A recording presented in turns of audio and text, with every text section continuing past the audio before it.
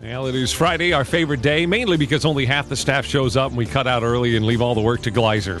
Speaking of which, KTBB owner and general manager Paul Gleiser with You Tell Me What's on Your Mind, sir. Garth, following up on what you've been talking about and talk back this morning, we're sponsored by KE Cellars, Tyler's Old World Style Boutique Winery in the French Quarter on South Broadway across from the mall. Before we get started, your participation matters. A reminder of that fact. When you're an active participant in this feature, you make it better for everyone. In addition to what you hear here on the air on KTBB, this discussion is taking place at youtellmetexas.com.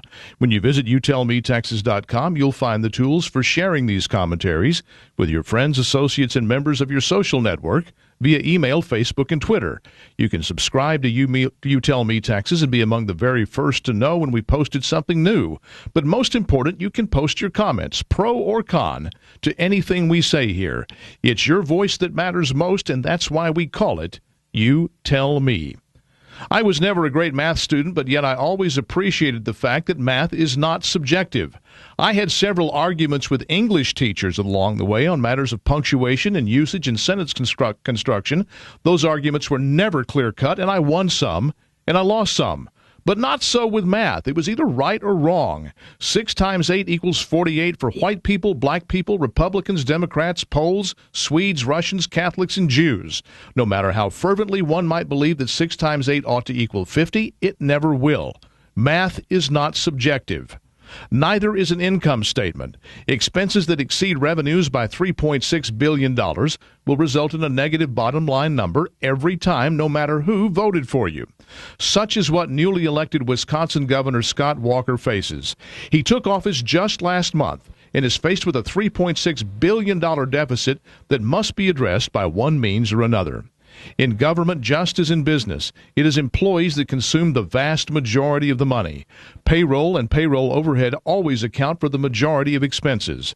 Thus, Governor Walker, like any other executive who must bring expenses in line with revenues in order to survive, is looking to payroll costs as the most likely area in which to effect needed savings.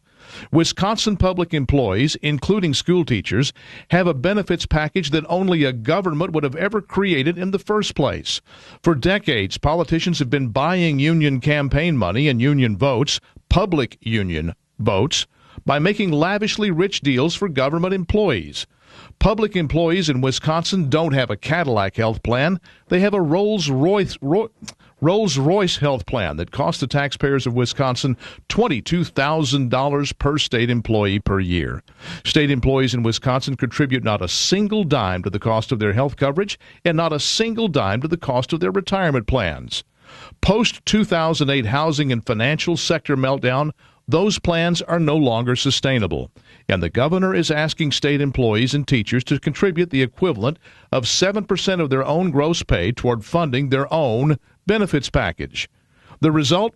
Wisconsin of 2011 has become Greece of 2010. Employees have taken to the streets in protest.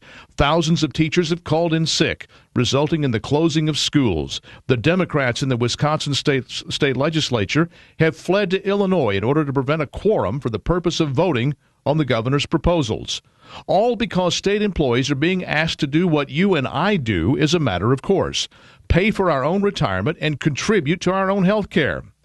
While we were all living large on inflated home prices and easy money on our MasterCards, public employees were busy turning the tables on us. They are now the masters, and we are now the servants. We in the private sector now must work in order to serve them. So they believe so strongly that they have taken to the streets. We can only hope that Governor Walker of Wisconsin holds his ground, because this is just the first battle in what is likely to be a long war.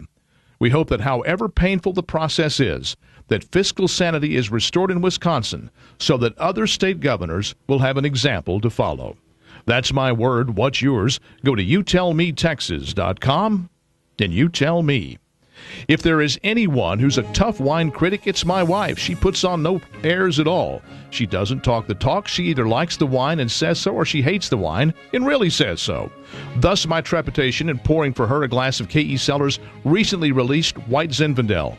Now, this is a wine variety my wife likes, but from Tyler, well, only taste would tell. And so it did. She loves it. She dispatched me to fetch her more. She likes white Zens, and this particular blush-colored wine strikes a very neat balance between enjoyable fruitiness on the one hand and drinkability by red wine enthusiasts such as me on the other.